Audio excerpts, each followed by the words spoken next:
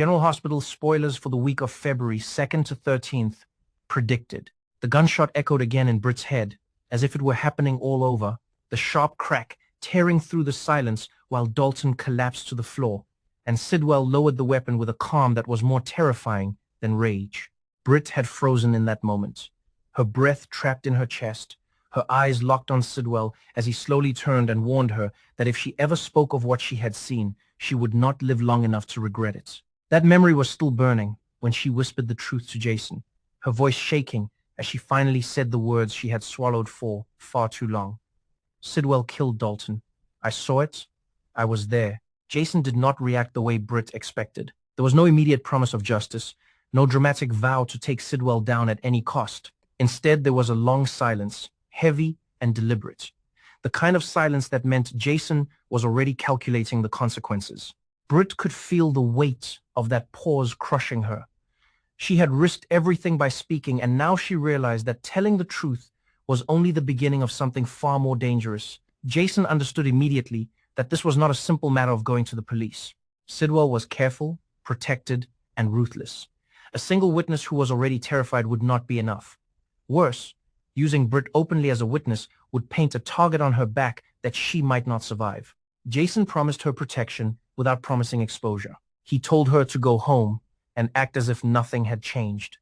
Britt tried to believe him. She tried to steady her nerves as she returned to her room, locking the door behind her and leaning against it as her knees threatened to give out. Only then did the full force of her fear take hold. Her hands were trembling as she crossed the room and opened the drawer where she kept her medication. The drawer was empty. She checked again, frantic now, pulling everything out and scattering it across the floor. Still nothing. The vial that kept her alive was gone. Panic exploded through her. Without that medication, her condition would worsen quickly. Time was not on her side. Her thoughts raced, and one name rose above the rest. Marco. He had been watching her for weeks with a curiosity that felt too sharp to be innocent.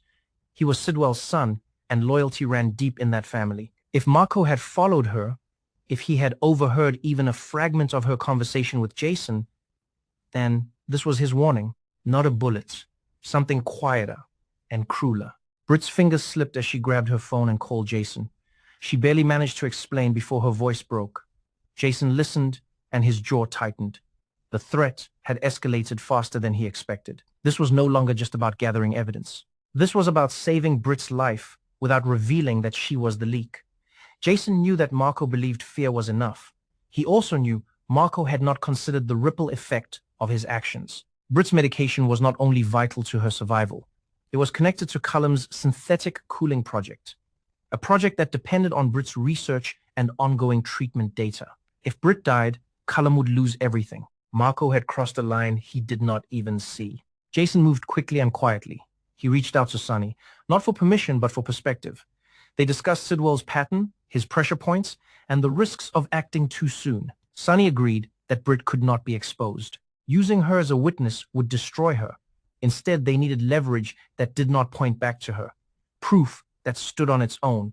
Financial trails, security footage, anything that could connect Sidwell to Dalton's murder without Britt ever taking the stand. While Jason worked, Britt sat on her bed counting her breaths, trying to slow the clock inside her body. Every sound outside her door made her flinch. She imagined Marco standing in the hallway, listening, waiting. She wondered if this was how Sidwell wanted her to die. Quietly, plausibly, by letting her illness finish the job. The thought made her furious, even through the fear. She had survived too much to be erased like this. Elsewhere, Willow stood in a doorway holding a small metal key that felt heavier than it should. She stared at it as if it were alive, as if it were whispering possibilities into her ear. Drew lay unconscious in the room behind her, dependent on others for care, for access, for life itself. The key fit the lock of the room where he was being treated at home. Willow had tested it once already, her heart pounding as the door clicked shut and opened again. It would be so easy. Lock the door, walk away, let time do the rest. Willow told herself she was not a murderer. She told herself she was exhausted, overwhelmed, pushed too far. Drew was a threat to everything she wanted. Her children, her control, her carefully constructed future. If he disappeared quietly, if it looked like a tragic accident or a failure of care, then the world would move on. She imagined the doctor arriving and finding the door locked, the delay costing precious minutes. She imagined the phone call later, the carefully neutral voice explaining that they had done everything they could. She turned the key over in her fingers and felt something like relief. This was not violence. This was omission. She could throw the key away afterward, lose it, tell herself it had slipped from her pocket. Carelessness was forgivable. Carelessness was human. When the phone rang later with an urgent call from medical staff, Willow knew exactly how she would sound. Shocked, distraught, innocent. Even as she rehearsed the lies, another part of her was already moving on to the next step.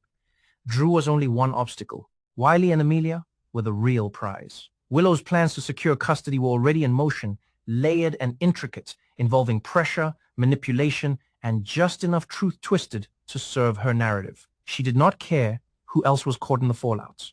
Anyone standing between her and her children was expendable. Back in Port Charles, Molly stood in her bathroom staring at a small plastic stick as if it might start laughing at her. The result was unmistakable, positive. Her first reaction was disbelief, then a rush of dizzying emotion that left her gripping the sink for support. She had been told she could not conceive.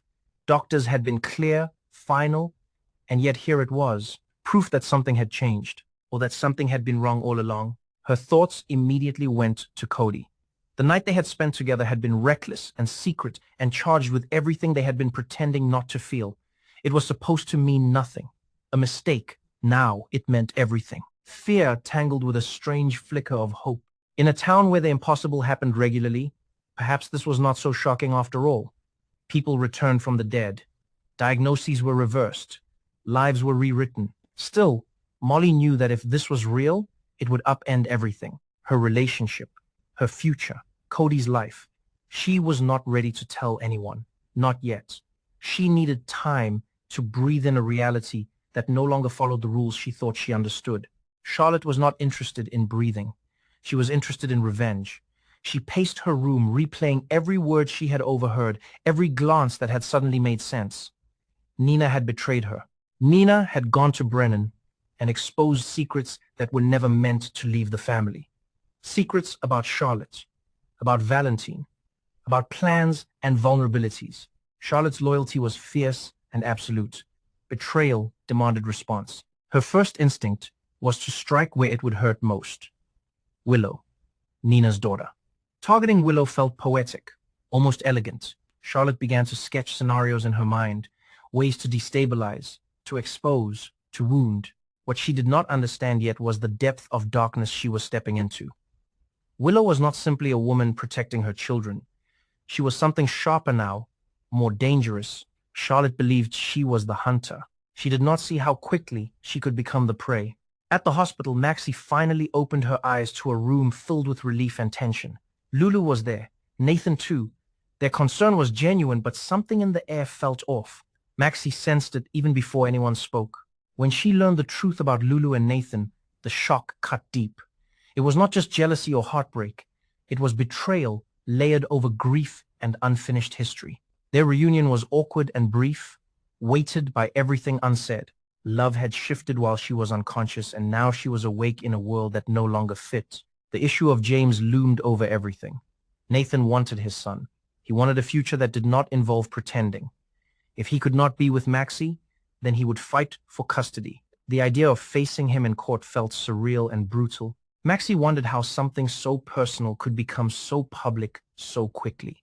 Love had become leverage. Parenthood had become a battlefield. Carly watched all of this with her usual sharp awareness, her attention divided but her focus clear. Brennan was still a problem. Valentine was ready to act, eager to eliminate a threat that had lingered too long. Carly stopped him. Not out of mercy, but calculation. Brennan might have saved Jocelyn from Cullum. That possibility changed everything. Carly was many things, but she was not willing to destroy someone who might have protected her daughter. Not without certainty. Not without answers. As alliances shifted and secrets tightened their grip, Jason moved through the shadows, following the thin trail that might lead him back to Britt's stolen medication. He knew time was slipping away. Sidwell's world was beginning to crack. Not from a single blow, but from pressure applied in all the right places. Britt had spoken. That truth could not be taken back. Now, It had to be protected at all costs. Jason felt the weight of the night pressing down as he moved through the quiet corridors.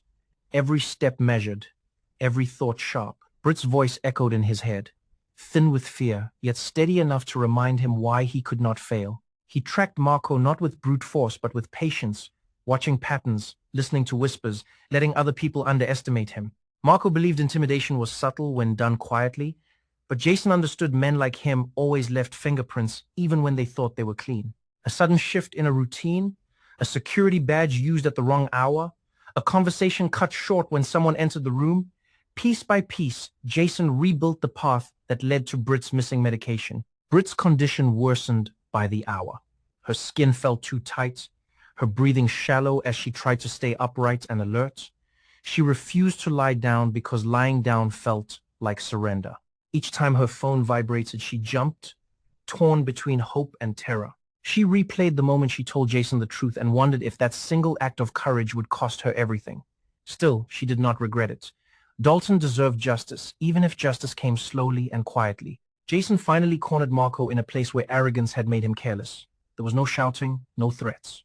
Jason simply told him what he knew and, more importantly, what Cullum would know if Britt died. The project would collapse, investors would flee, and Marco would be remembered as the son who destroyed his father's legacy without ever firing a gun.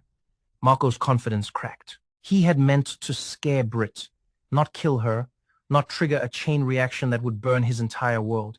He revealed where the medication was hidden and begged Jason to keep his name out of whatever came next. Jason returned the vial to Britt himself. When she saw it in his hand, she broke down, the relief too overwhelming to control. She took the medication under his watchful eye, her body slowly easing back from the edge. Jason told her she was safe for now, and meant it, though he knew safety in Port Charles was always temporary. Britt slept for the first time in days, and when she woke, she felt something new alongside the lingering fear. Resolve. She had survived Sidwell once already. She could survive him again. Sidwell sensed the shift even before proof reached him. Men like him always did. The walls felt closer, conversations shorter, loyalties tested. He did not know Britt had spoken, but he knew someone had. Dalton's death was no longer buried as deeply as he had planned. When Sonny's name surfaced in whispers, Sidwell understood that this was no longer a private matter. The city itself was turning against him. Willow stood by a window watching the sky darken, her thoughts cold and precise. The key was gone now, tossed into water where it would never be found. When the call had come about Drew, she had performed grief flawlessly. The shock, the tears, the questions that led nowhere. Drew was gone, and with him a threat she had convinced herself she could not live with. Yet the victory tasted strange, too quiet, too final. She pushed the feeling aside and focused on her next moves. Custody hearings loomed, and she was ready. She had prepared narratives, gathered sympathetic faces, and positioned herself as the only stable option. She believed control was the same as safety, and she intended to prove it. Charlotte moved faster than she should have, driven by emotion rather than caution. She set traps that she thought were clever, spreading rumors, nudging events toward confrontation. Willow noticed immediately. She had been underestimated too many times not to recognize the signs. Instead of reacting, Willow waited. She let Charlotte think she was unseen, unopposed. When the moment came, Willow turned the tables with a precision that stunned even those who thought they knew her well. Charlotte found herself exposed, her own actions reframed as malice, her motives questioned. The hunter became isolated, and for the first time Charlotte felt real fear. Nina watched helplessly as damage rippled outward, realizing too late that betrayal had consequences she could not contain. Molly finally spoke the truth aloud in a quiet room with the door closed. The words felt unreal as they left her mouth. "I am pregnant." Saying it made it real. Cody's reaction was a mix of disbelief and wonder, his usual bravado stripped away. They talked for hours about fear and responsibility and the strange possibility of joy. Nothing was decided except one thing. This child existed, and that fact could not be ignored. Whatever came next would change them both. At the hospital, Maxie faced Nathan across a table that felt more like a battlefield than a place for conversation. They argued and cried and said things that had been buried too long. James slept unaware of the storm around him. When the decision finally came, it was not a victory for either of them. It was a compromise forged in pain, shared custody, shared responsibility. A promise to protect their son from the bitterness they could not fully escape. It was not the future either had imagined, but it was honest. Carly made her move quietly.